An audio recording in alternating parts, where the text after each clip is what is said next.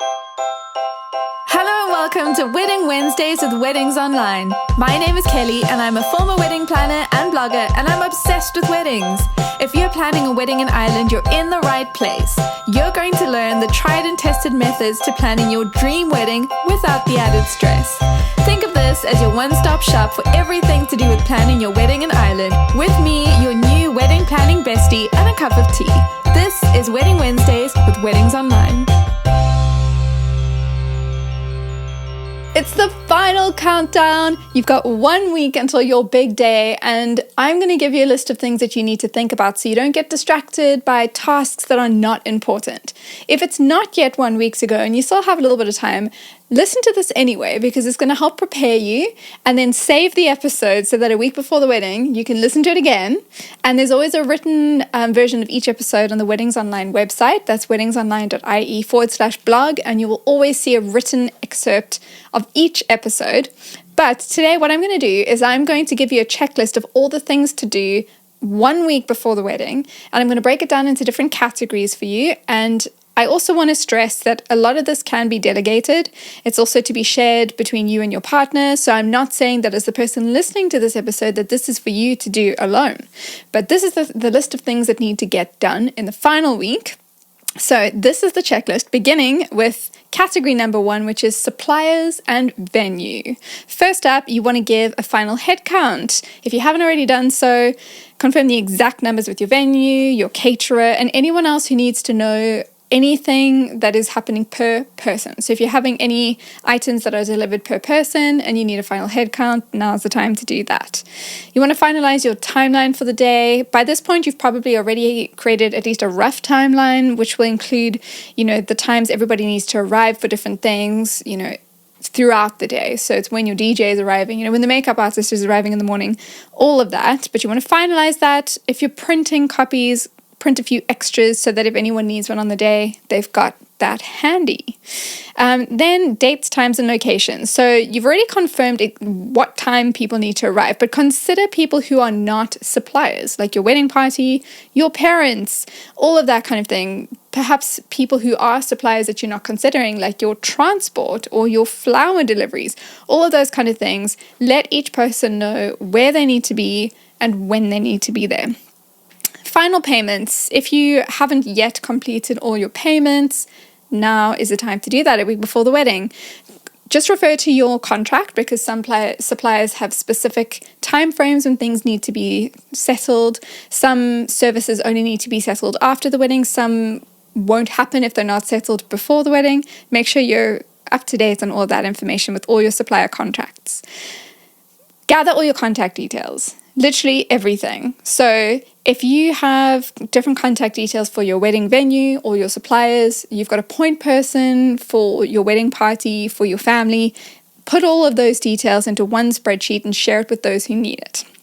Supplier meals. Don't forget that when confirming your head count, you need to actually include your suppliers in that. A hot meal is always recommended, because your suppliers are the ones making your day happen. They're going to be on their feet the whole day. So anybody who's going to be at the reception should get a meal. So don't worry about suppliers who aren't there for the whole thing. If somebody's only coming in to set up flowers and then they're going to leave, you don't need to feed them. Or if somebody's just, officiating the ceremony, but they're not going to be at the reception, don't worry about them. Reception tables. If you haven't yet finalized where everybody's going to be sitting, you should do that now. In fact, I want to highly recommend listening to a couple of episodes that we did recently. I think it was 111 and 112, where we spoke all about seating arrangements. Should you tell people where to sit? What are the different compromises if you want things to be relaxed, but you don't want there to be chaos? Have a listen to those. We also spoke about table shapes, which will help you to give an idea of how things will fit. But moving on, check the weather. If you need to have a plan B with your venue in case of rain or extreme weather conditions, now's a good time to do that. If you've been checking the weather up until this point, it's probably been shifting and changing a lot. So a week before the wedding, you're likely to get a more accurate weather forecast. But again, don't stress about that either. And then finally, in this category, pack up all your items. So things like your favors, your decor, printed items, things like a cake knife or a ring pillow, all of those types of things that you need to send to different places. Put them in boxes, label them so it's very clear, put any instructions that need to go along with certain items in the box or on the box, and then give them to the correct person. It could be your wedding planner, it could be your venue coordinator, it could be your maid of honor, whoever your contact person is or your point person is for these different things. Make sure that they have the boxes and they know what to do with them, so that on the day no one's phoning you to say, I found this pillow but I don't know what to do with it. Make sure the instructions are clear. Okay, moving on. Speaking of instructions, let's look at the wedding party.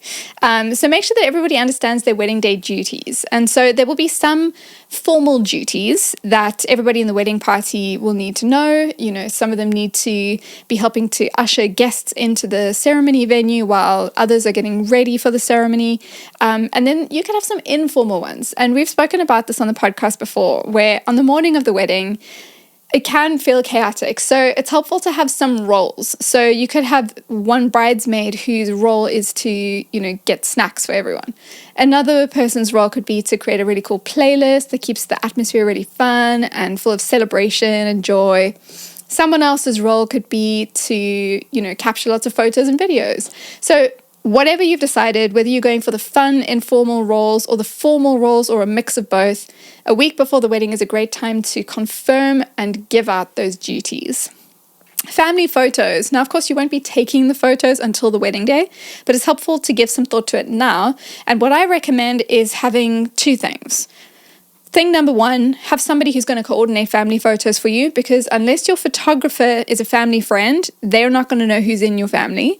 And you don't want to be the one shouting out, "Hey, Auntie Sue, it's time for a picture," and repeat that times 50 for each iteration of photos. So somebody from your side of the family, someone from your partner's side of the family can gather everybody. Second thing that you need is a detailed list of who is going to be in these family photos. So you don't want to just say, you know, all the aunties. Name them. Because what about, you know, your uncle's ex-wife, for example? I don't know. I don't understand your family dynamics. You will understand it. But to avoid any ambiguity or confusion, just make a detailed list. So you could say things like Glenn and Kelly plus Jess, Matthew, Lauren, and Garth. And then you know that's me, my partner, our siblings, and their partners. And we're good to go. So in case there was confusion, should the partners be in it? I don't know. Make a list. Simple. And then the people who are coordinating can be the ones to shout out who's going to be in each picture. Okay, moving on. More wedding party things. Gifts, cards, and items. So what you would like is for one of them to pack up the gifts and envelopes at the end of the day. And then some other key items that people might not be thinking of, like your guest book or the top tier of your wedding cake if you're choosing to freeze that. Basically, when it comes to all of those things, put someone in charge and make sure they know exactly what to do with those items and where to take them. Next up is rented items. So things like suits and any decor that's been rented. Put someone in charge of gathering all of that and returning it. And again, give them clear instructions. Speeches. Have a check-in with anyone who's doing a speech. Remind them of the time limit because nobody wants to sit through 10 long speeches. Snacks and drinks. So you can definitely delegate this to someone else, but somebody needs to be in charge of getting snacks and drinks for the morning of the wedding to make sure that everyone on both sides of the wedding party is nourished and hydrated. And then finally, if you're planning to give any gifts to your other half, to family, to the wedding party, get them ready now, wrap them up, you know, write out your handwritten cards, whatever you're going to do. A week before the wedding is a great time to organize all of that. Okay, let's move on to beauty and attire.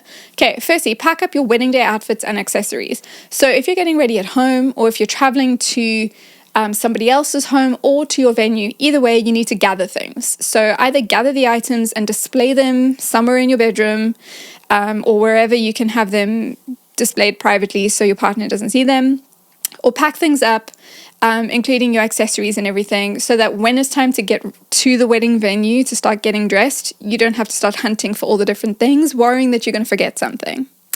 Your shoes. If you haven't yet taken time to break in your wedding shoes, you still have time, but just do it now. Don't waste time. You don't want to be walking around in your wedding shoes the night before the wedding with sore feet.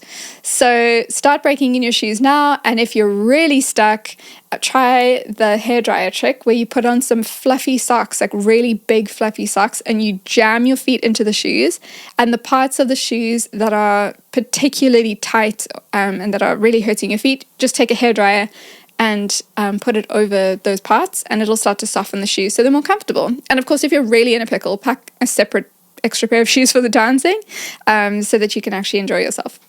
Okay, emergency kit. If you are having an emergency kit, delegate to someone to create that kit. It can include things like painkillers, extra hair clips, plasters, some deodorant, breath mints, all that kind of thing.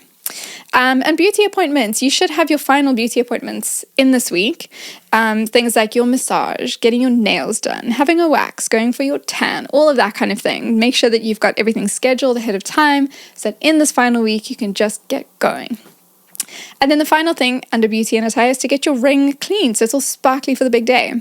So I remember for our wedding, I sent in my engagement ring, I think a week or two before the big day so that I can get all cleaned and sparkly and shiny. And so I wore this like hideous cheap ring in place of it because I still wanted to feel like I was engaged. And then just before the big day, got the ring back, kept it in its box until the day, and it was all shiny. Okay, let's move on. We have two categories left. The one is honeymoon. So if you're going on honeymoon straight after the wedding, then before the wedding even gets there, make sure that you've packed everything you need. It is a priority because you don't want to get to the night of the wedding and go, we haven't packed our stuff, we've got to go home and get everything. Just do it ahead of time, put the bags aside, and you don't need to think about it. Confirm all your flight details. If you need to check into flights, if you need to confirm when you're arriving at your hotels or Airbnbs, do that now. Make sure you got all your documents, passports, visas, vaccination passes, all of that kind of thing. And then finally, your electronics. So if you need a plug converter, make sure you have the right one. Don't be like my husband and I, who went all the way to Greece on holiday and realized we didn't have a plug converter. And so we spent a long time roaming the streets of Athens in 30-something degree heat, trying to find some converter plugs. Do that now. And then finally, your final category is the important items. So if there's anything that you forget on this list, don't let it be these three things. Thing number one, your rings and paperwork. Okay, I know it's two things, but it's one thing because it's the legal stuff. Basically, anything that you need to make your wedding legal. If you are getting legally married on the day, make sure you've got your rings, make sure you've got any paperwork that you need. Check with your celebrant, your solemnizer, all the people who know what you need, and make sure that you have those items ready to go. Pack them up, put them in a safe place so that you know that you're going to take them on the day and you're not going to forget them. Thing number two, your vows. Now, this is a really important thing because the whole point of this day is to make promises to your partner. So you don't want to mess this one up. Print your vows, have a spare copy, take some time to practice the vows, make sure that you're happy with what you're saying and that you feel comfortable with the way the words flow, but get ready. And the final thing, probably slightly less important, but set an out of office in your email for work. Tie up any loose ends for the time you're going to be away. So if you're taking any time off work, before the wedding or just after, if you're going away on honeymoon straight away, wrap up your projects, find cover for your shifts, all the types of things that you don't want to be thinking about just after the wedding. Get that all sorted. But the big thing, don't forget the legal stuff. Well, thank you for listening today. The Wedding Wednesdays with Weddings Online podcast is produced by me, Kelly, and mixed, mastered, and edited by Glenn Hartman. For more wedding planning tips, advice, checklists, and more, visit weddingsonline.ie.